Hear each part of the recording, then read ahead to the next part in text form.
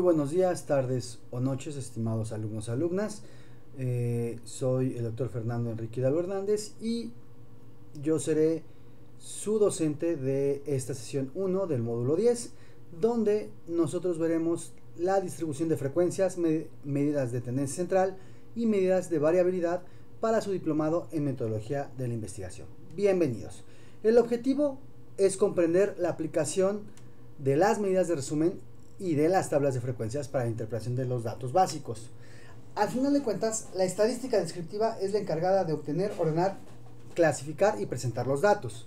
La estadística inferencial es la que se encarga de proponer hipótesis mediante los datos obtenidos. ¿Okay?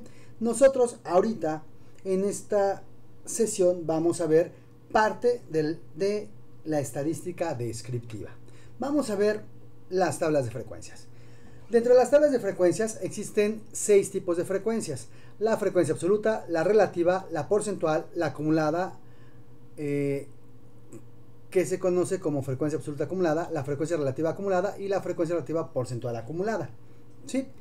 Normalmente las que se trabajan más son estas 3. Vamos a ver de manera sencilla de qué se trata. Supongamos que aquí tenemos intervalos de calificaciones que van de 1 a 10, donde tenemos el intervalo de 1 a 2, de 3 a 4, de 5 a 6, de 7 a 8 y de 9 a 10. Tenemos una frecuencia absoluta. Supongamos que son alumnos. Esto nos indica que hay 4 alumnos con calificaciones de 1 a 2, hay 6 alumnos con calificaciones de 3 a 4, hay 5 alumnos con calificaciones de 5 a 6, hay 3 alumnos con calificaciones de 7 a 8 y 2 alumnos con calificaciones de 9 a 10. Y por lo tanto, aquí nosotros tenemos un grupo de 20 personas. Esa es la frecuencia absoluta. La frecuencia relativa es dividir cada uno de los datos de la frecuencia absoluta entre el número total de datos. Por ejemplo, 4 entre 20, 6 entre 20, 5 entre 20, 3 entre 20 y 2 entre 20. La suma de estos resultados siempre nos tiene que dar 1. Posteriormente obtenemos la frecuencia relativa porcentual, que es multiplicar cada resultado de la frecuencia relativa por 100, por eso se llama porcentual. ¿Esto qué quiere decir? Pues vamos a multiplicar 0.2 por 100, 0.3 por 100, 0.25 por 100, 0.15 por 100 y 0.1 por 100. Y se dan cuenta, nos quedan los resultados en porcentajes. Por ejemplo, 0.2% me da 20%, el siguiente es 30%, el siguiente 25%, el siguiente 15% y el último 10%. Si sumamos esto, por lógica nos tiene que dar 100%. Posteriormente tenemos las frecuencias acumuladas que nos sirven para poder verificar que está bien nuestra tabla. ¿Cómo se obtiene esto? Bueno, por ejemplo, la frecuencia absoluta acumulada, que es esta de aquí, es simplemente pasamos este 4 acá y entonces hacemos 4 más 6 es 10, 10 más 5 15, 15 más 3 18 y 18 más 2 es 20. El siguiente, la frecuencia relativa acumulada, va a ser, tenemos el punto 2 que la pasamos de este lado y sumamos punto 2 más punto 3 es punto 5, punto 5 más punto 25 es punto 75 y punto 75 más punto 15 es punto 9 y el último es punto 9 más punto 1 me da 1. Por lo tanto, vean cómo aquí este 20 es igual a este 20, este 1 es igual a este 1 y hacemos lo mismo para la frecuencia relativa porcentual acumulada. Sería, pasamos este 20% de acá y entonces hacemos 20% más 30%, 50%.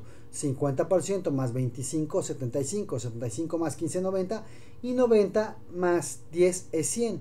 Y vean cómo este último dato es lo mismo que la suma del 100%. Por lo tanto, ahí estamos bien. Ahora, las medidas de resumen. Bueno, tenemos que entender que existen dentro de la estadística descriptiva 3 agrupaciones de medidas de resumen, que son las medidas de tendencia central, donde está la media, la mediana, la moda, las medidas que se conocen como las medidas de dispersión, que es la varianza de dispersión estándar, y las medidas de forma, que es la de simetría, que es kurtosis, y que también tiene el coeficiente de asimetría. El promedio, su fórmula como está aquí, es simplemente la sumatoria de cada uno de los datos entre el número total de datos. Por ejemplo, aquí tenemos 20 datos. Los sumamos todos y los dividimos entre 20 y nos queda el promedio, ¿sí? Que sería 188.35. La mediana es exactamente el dato que me corta en el 50%. Existen dos formas, pero las dos formas, lo primero que tenemos que hacer es ordenar los datos de mayor a menor o de menor a mayor, como queramos. A mí se me hace más fácil de menor a mayor.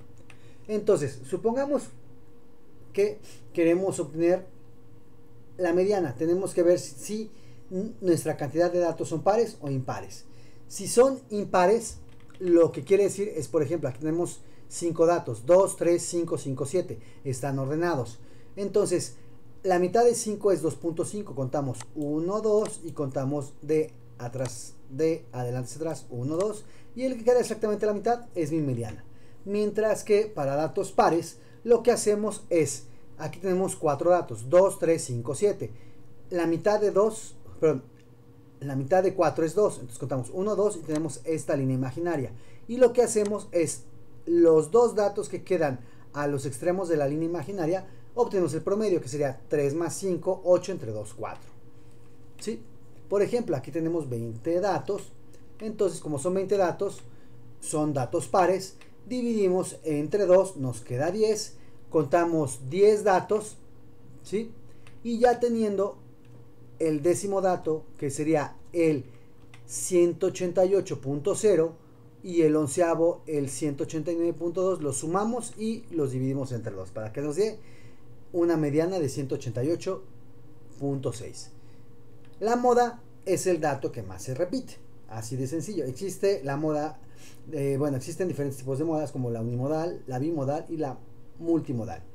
Luego tenemos las medidas para lo que es simetría, que tenemos nosotros, por ejemplo, lo que se conoce como coeficiente de asimetría. Si me da un coeficiente de asimetría negativo, significa que es asimétrica hacia la derecha. Si me da 0, es una curva asimétrica, y si es positiva, eso significa que es asimétrica hacia la derecha. Mientras que la curtosis me va a decir si es leptocúrtica, mesocúrtica o platicúrtica. ¿Ok? Si es leptocúrtica, la curtosis es positiva. Si es mesocúrtica, la curtosis es exactamente igual a 0. Y si es platicúrtica, la curtosis es negativa. ¿Ok?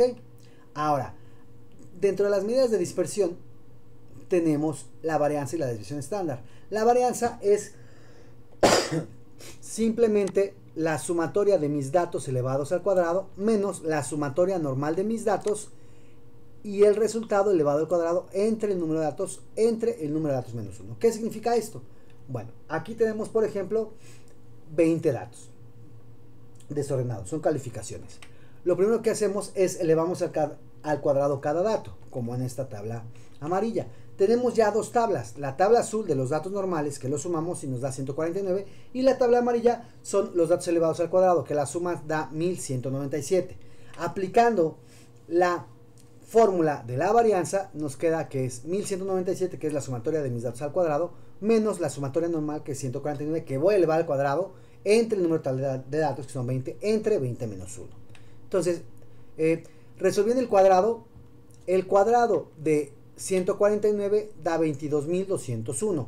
Luego, todo lo demás queda igual, y ahora hacemos 22.201 entre 20, me va a quedar 1110.05. Entonces hacemos la resta. Ahora, 1197 menos 1110.05 me da 86.95 entre 20 menos 1, que me da 19, y dividimos 86.95 entre 19 y tenemos la varianza, que es 4.57. Y para la desviación estándar sería la raíz cuadrada de la varianza, que sería 4.5763.